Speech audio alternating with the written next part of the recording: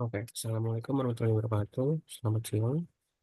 Perkenalkan nama saya Andreas Syakib dengan nomor induk mahasiswa 17056 2202. Pada kesempatan kali ini saya akan mempresentasikan hasil proposal saya dengan judul pengaruh profitabilitas, leverage, dan likuiditas terhadap kinerja perusahaan pada perusahaan sektor kesehatan di Bursa Efek Indonesia periode 2020 sampai 2025.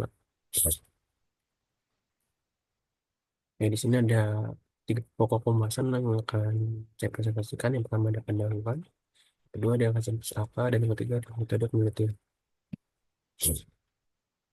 Pertama ada pendahuluan.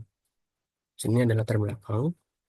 Kinerja perusahaan menjadi salah satu aspek yang penting dalam menilai keberhasilan suatu perusahaan dalam mencapai tujuan dan target yang telah ditetapkan. Kinerja ini mencerminkan kemampuan perusahaan dalam mengelola sumber daya yang dimiliki melalui personal aktivitas operasional dan keuangan secara efektif dan efisien.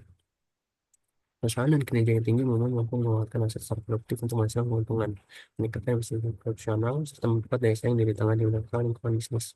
Kondisi tersebut menunjukkan bahwa perusahaan memiliki kapasitas yang memadai untuk mencapai tujuan perusahaan secara optimal, sehingga dapat mempertahankan pertumbuhan usaha dan menciptakan modal besar basis dalam jangka panjang. Namun, di tengah upaya perusahaan untuk mencapai kinerja yang optimal, pandemi COVID-19 muncul sebagai tantangan global yang mempengaruhi kondisi profesional dan keuangan perusahaan di berbagai sektor industri. Penyebaran virus tersebut mendorong pemerintah di berbagai negara untuk menerapkan berbagai kebijakan membatasi aktivitas masyarakat guna mendukung laju penularan. Kondisi ini mengakibatkan perlambatan aktivitas ekonomi yang turut mempengaruhi kegiatan bisnis perusahaan.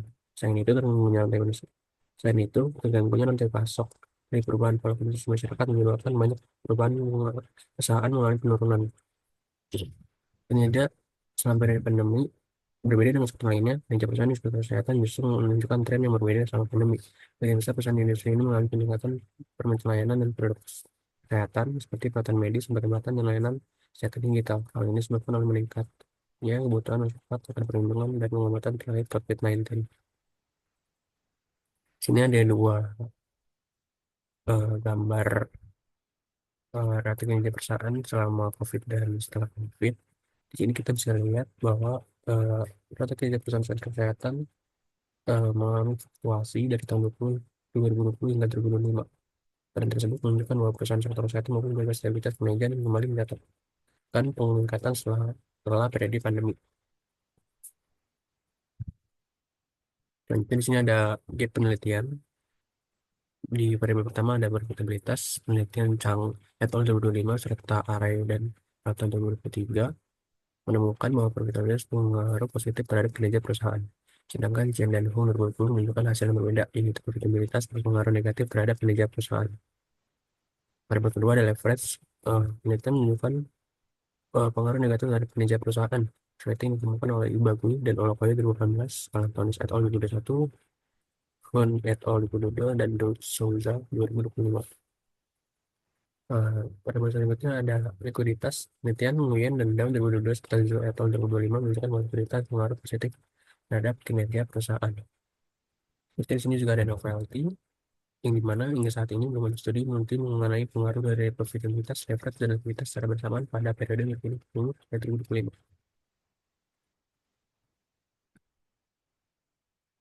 Maksudnya ada masalah-masalah. Pertama ada bagaimana pengaruh profitabilitas terhadap kinerja perusahaan pada perusahaan sektor kesehatan di periode 2020 sampai 2025. Yang kedua ada bagaimana pengaruh leverage terhadap kinerja perusahaan pada perusahaan sektor kesehatan di periode 2020 sampai 2025. Selanjutnya ada bagaimana pengaruh likuiditas terhadap kinerja perusahaan pada perusahaan sektor kesehatan di periode 2020 sampai 2025. Dan ada tujuan masalah. Yang pertama itu untuk menganalisis pengaruh produktivitas terhadap kinerja perusahaan pada perusahaan sektor kesehatan di periode 2020 sampai 2025. Kedua, untuk menganalisis pengaruh leverage terhadap kinerja perusahaan pada perusahaan sektor kesehatan di periode 2020 sampai 2025. Yang ketiga, untuk menganalisis pengaruh likuiditas terhadap kinerja perusahaan pada perusahaan sektor kesehatan di periode 2020 sampai 2025. Selanjutnya ada kajian pustaka. Di sini peneliti menggunakan dua teori. Yang pertama itu ada trade-off teori. Trade-off teori ini ditemukan oleh Cross dan Lichtenberger di tahun 1973 merupakan kerangka perseptual yang menjelaskan bagaimana perusahaan menentukan tingkat utang yang optimal dan menentukan keseimbangan antara manfaat dan biaya penggunaan utang. Yang kedua adalah signaling teori, Norspan 1973. Silang teori menjelaskan mekanisme penyampaian informasi oleh pihak yang memiliki informasi lebih lengkap atau informatif kepada pihak yang memiliki keterbatasan informasi guna mengurangi asimetri informasi dan ketidakpastian dalam proses pengambilan keputusan. Selanjutnya di sini ada kerangka penelitian dan juga ada hipotesis penelitian yang mana salah satunya itu yaitu probabilitas pengaruh positif signifikan terhadap kinerja perusahaan. Usaha duanya leverage pengaruh negatif signifikan terhadap kinerja perusahaan, dan terakhir ketiga likuiditas berpengaruh positif signifikan terhadap kinerja perusahaan. Kita ada metode penelitian. Di sini ada jenis penelitian. Penelitian ini merupakan penelitian kuantitatif yang menggunakan data angka untuk menganalisis probabilitas, leverage, dan likuiditas terhadap kinerja perusahaan pada suatu kesehatan periode 20 sampai 2025. Selanjutnya ada teknik pengumpulan data yang menggunakan metode dokumentasi melalui penggunaan dan ekstraksi laporan keuangan perusahaan dari Bursa Efek Indonesia periode 2020 sampai 2025. Ini ada populasi penelitian menggunakan suatu perusahaan kesehatan yang terdaftar di Bursa Efek Indonesia periode 20 sampai 2025 sebanyak 38 perusahaan. Kita ada sampel penelitian menggunakan teknik positive sampling dan diperoleh 20 perusahaan dengan total 20 observasi selama periode 20 sampai 2025. Ini ada operasional variabel. Di sini ada variabel terikat atau kerja perusahaan gitu ya dengan rumusnya. Nanti ada variabel bebas, ini profitabilitas X1 dengan rumusnya menggunakan ROA. Selanjutnya ada variabel bebas leverage, yaitu X2 dengan menggunakan DAR atau debt to asset ratio. Selanjutnya ada variabel bebas likuiditas dengan menggunakan current ratio, dan terakhir ada variabel kontrol program perusahaan, dan terakhir ada variabel kontrol yaitu dengan menggunakan umur perusahaan. Ini ada uji model regresi data panel. Ini ada teknik analisisnya. Yang pertama itu menggunakan analisis statistik deskriptif.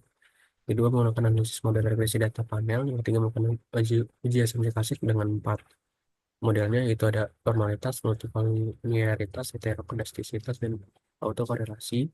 Saja ada penguatan model estimasi dengan 3 ujinya, yaitu Chow, Hausman, dan Lagrange multiplier. Berarti ada uji hipotesis yang pertama itu ada uji parsial atau T, dan uji koefisien determinan. Terakhir ada robustness test, yaitu uji kalian dilakukan dengan menambah variabel dummy lalu mengganti proxy variabel independent reference dari depth to ratio atau DAR menjadi depth to equity ratio atau DER, lalu mengganti proxy variabel dependen dari price input value PVP menjadi Tominski. Ini cukup sekian informasi dari saya. Kalau mohon maaf, assalamualaikum warahmatullahi wabarakatuh.